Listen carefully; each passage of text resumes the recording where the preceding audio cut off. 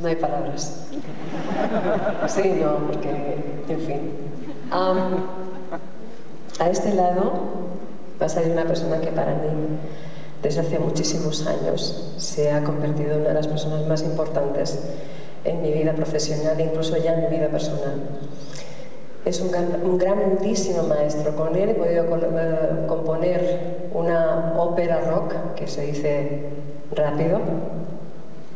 Yo lo adoro, porque aparte de ser un gran músico, lo más importante es una gran persona. El maestro Herrero, por favor.